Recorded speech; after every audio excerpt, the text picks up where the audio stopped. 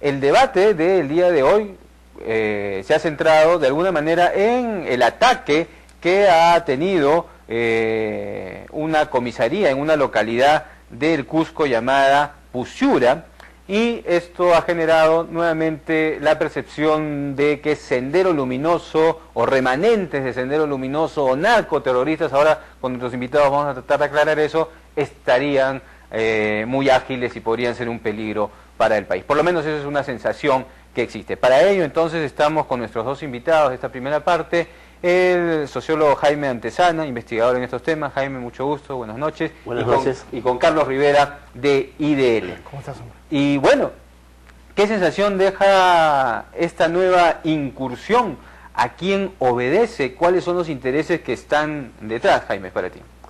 Primero, que este ataque es el primero que ocurre en lo que va de este año 2012. Ajá. Es el cuarto ataque que se produce en la provincia de la Convención, Cusco. Hubo el año pasado, el 4 de junio, hubo una emboscada a una patrulla militar, murieron 5 policías. Eso fue muy cerca del área donde ha ocurrido este último ataque.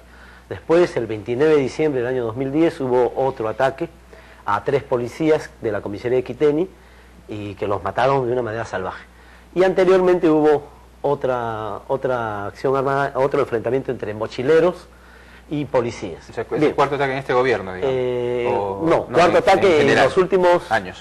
2 años. Ya, ¿no? okay. Bien, pero este ataque no es el único, o estos ataques no son los únicos que han ocurrido. En realidad esto se inscribe dentro de una tendencia que viene desde el año 2005, cuando atacan un convoy antidrogas en Puente Catute, el 5 de diciembre del 2005. ¿Y quiénes son estas personas? Porque eso es lo que a mí, por lo menos a mí no me queda claro. Narcoterroristas, narcotraficantes que contratan sicarios, senderistas, que no tienen de otra manera de qué vivir. ¿Qué son estas personas? Ya. Esta organización es una estructura armada que escinde a Sendero Luminoso. Son los Quispe, se llaman, ¿no? Los hermanos Quispe Palomino, ¿no? Antes se aludía a Lispio. En realidad los que mandan ahí son un clan familiar, que es Víctor Quispe, Raúl y Eloy. Que fueron senderistas en determinado momento. Que fueron parte de Sendero Luminoso hasta el año 1999. Ya. El senderismo se divide el año 93 en 2 corrientes. Una que es proseguir la guerra y el otro que era el cese de la guerra y conversaciones para un acuerdo de paz. No son los que están en Guayaba, ¿no es cierto? No. Ese es Sendero Luminoso, es en general la división que marcó desde el año 93 hasta el año 99.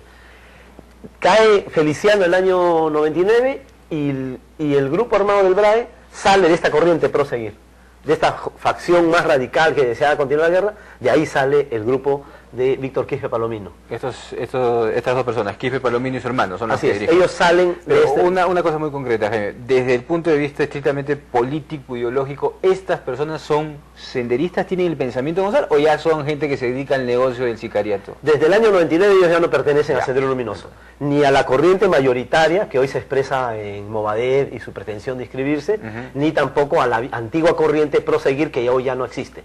O sea, ellos ya se autonomizaron. Y desde el año 2000 hacia adelante han ido integrándose a la cadena narco. Hoy esta es una de las firmas del narcotráfico más importantes del Valle del Río Purímac. Está metida en el procesamiento de drogas, tiene sus propios laboratorios de cocaína. Señores, los que son narcotraficantes, por supuesto, son narcotraficantes que usan el logo de Sendero, usan discursos como en la Guerra Popular Democrática, pero en realidad eso es la envoltura de su real práctica.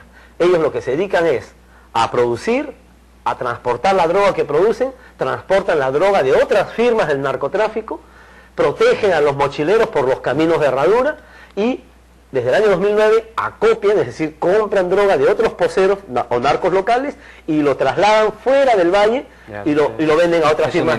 Perfecto. Entonces, es una firma del narcotráfico sui generis, que está dentro del modelo FARC. Es decir, usa una estructura política, discurso político, pero que su leitmotiv y su práctica concreta es el sistema de tráfico de drogas. Carlos Rivera de IDL, ¿tiene la misma percepción o algunos matices habría que agregar a esta interpretación que nos da Jaime? Mira, coincidimos absolutamente. Creo que todas las veces que en los últimos años hemos venido escuchando a Jaime Antezana y a otros especialistas, básicamente la interpretación de los sucesos referidos básicamente a emboscadas en esta zona del Valle del Río Apurímac y del N, en realidad dan cuenta de ese tránsito, llamémoslo en términos concretos como de la política al crimen, ¿no es cierto? En el que el objetivo... O del crimen político al crimen... O del crimen político al crimen estrictamente común, ¿no es cierto? Ese es un asunto que venimos escuchando de manera más o menos constante. A mí lo que sinceramente me preocupa y nos preocupa en IDL es cómo es posible que exista ese nivel de información de un especialista ciertamente reconocido como Jaime Antezana y que eso no se termine de convertir en una política más o menos coherente y consistente en el tiempo para eliminar ese flagelo ahora ya claramente del narcotráfico. El plan BRAE, que tanto tiempo se habla. En realidad, creo que desde la reinstalación de la democracia venimos escuchando de que ya faltan pocos meses para derrotar a Sendero. Yo he escuchado 20 lugartenientes que han caído, o sea, todos los meses cae un lugarteniente. Sí, pero un lugarteniente es uno, ¿no? Yo creo que hay ahí un problema muy serio en cuanto a la conducción política de ese problema, ¿no es cierto? O es que en el fondo en realidad no se quiere resolver el asunto. O es que y en el fondo este problema termina siendo una suerte de un buen elemento político para mantener vivo la presencia de Sendero, viva la porque presencia ahí de salen Sendero. los periódicos como Correo, Sendero ataca, etcétera, y entonces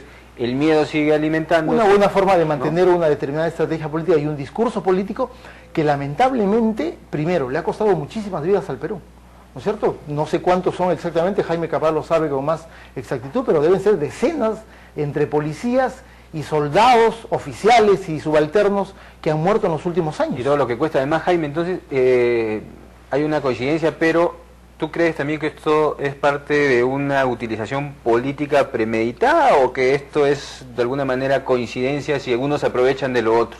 A ver, tengamos una mirada retrospectiva. A finales del fujimorismo se usaba el fantasma del rebrote para atemorizar, para reactivar nuestros viejos miedos y traumas. Ahora, en el periodo de Alejandro Toledo también se usó, a pesar de que era un gobierno más democrático, pero se usó el tema de Sendero, ¿no?, para en algunas veces decir que ahí las protestas están infiltradas, o para agrandar el problema, o en todo caso siempre se usaba para algunos psicosociales. Ahora ya no. Con Alan García también ocurrió lo mismo. Ahora, Con Alan también ahora las Fuerzas Armadas y cierto sector de la prensa quiere pretender manejar el tema de que esto continúa. Claro. ¿Qué es lo que hay? ¿Cuál es el problema central en el Perú hoy? El problema central no es la amenaza de la subversión terrorista.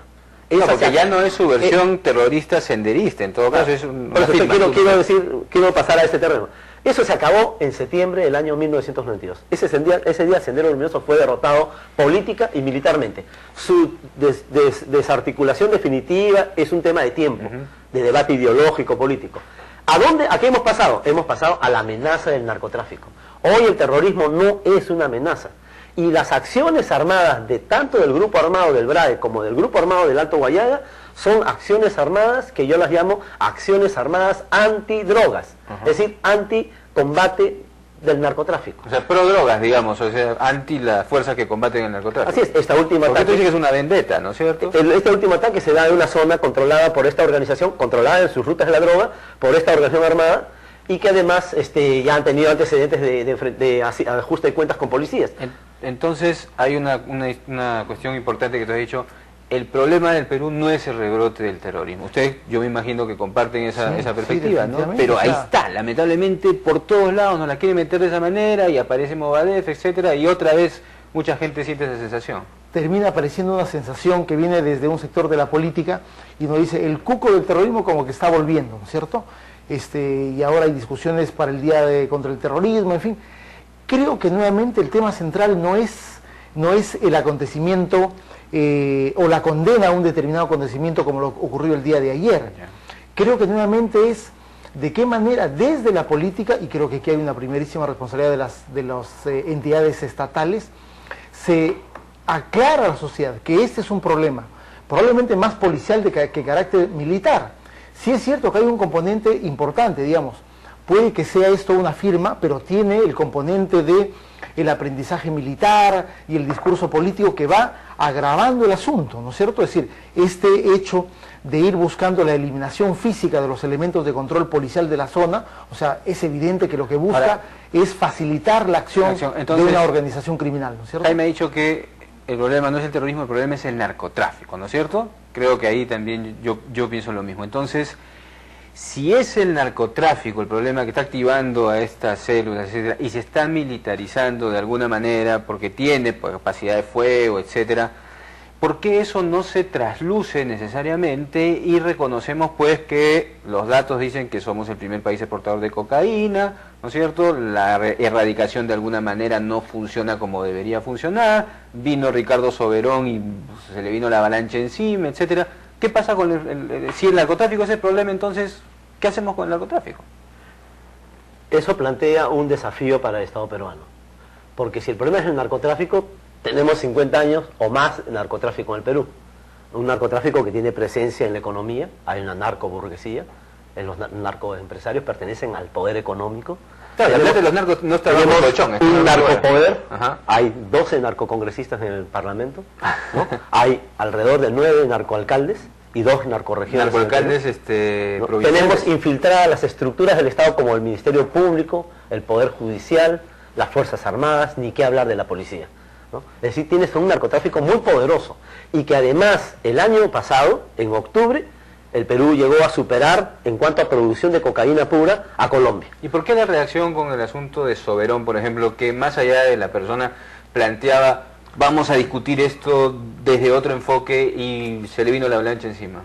Bueno, fui parte de esa avalancha, ¿Sí? Así que yo tengo que reconocerlo.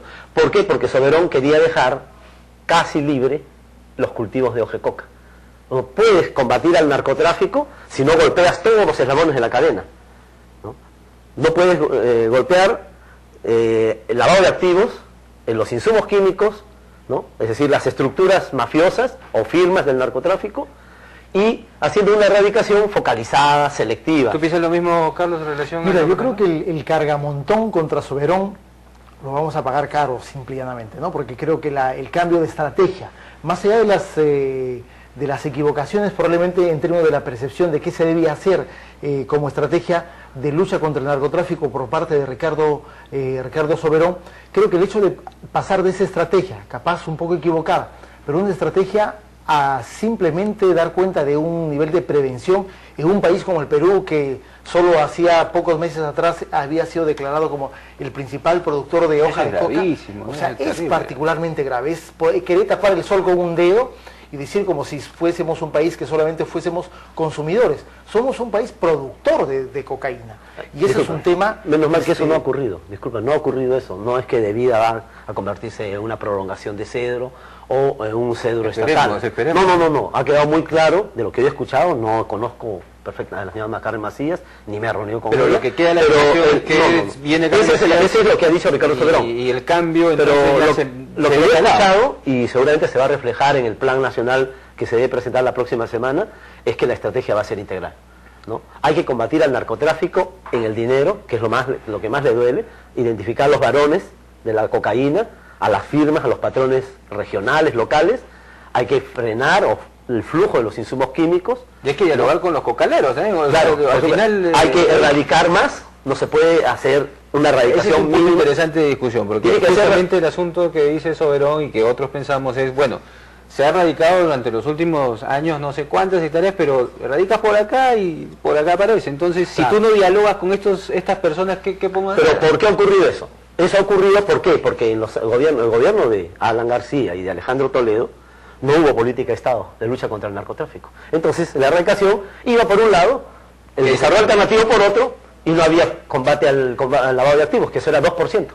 Entonces, creo que hay un problema sustancial de la coherencia de la política del Estado en la lucha contra un flagelo como el narcotráfico, digamos. La semana pasada hubo una reunión de la CAN, esta Comisión de Alto Nivel de Lucha contra la Corrupción, y la Unidad de Inteligencia Financiera da un dato que es realmente para arrancarse los cabellos. Es decir, dice que en el Perú no hay nadie condenado por lavado de activos.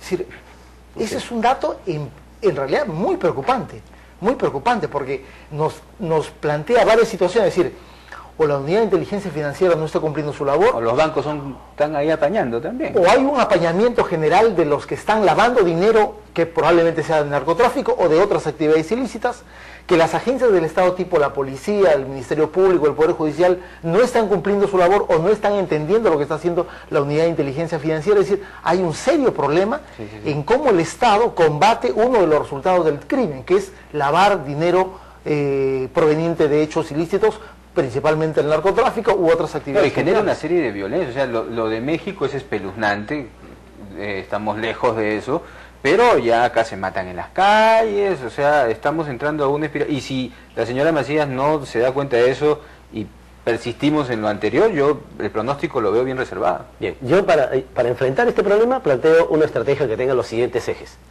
Uno, programas de desarrollo económico-social. Ese es el eje del enfoque de lucha del combate antidrogas.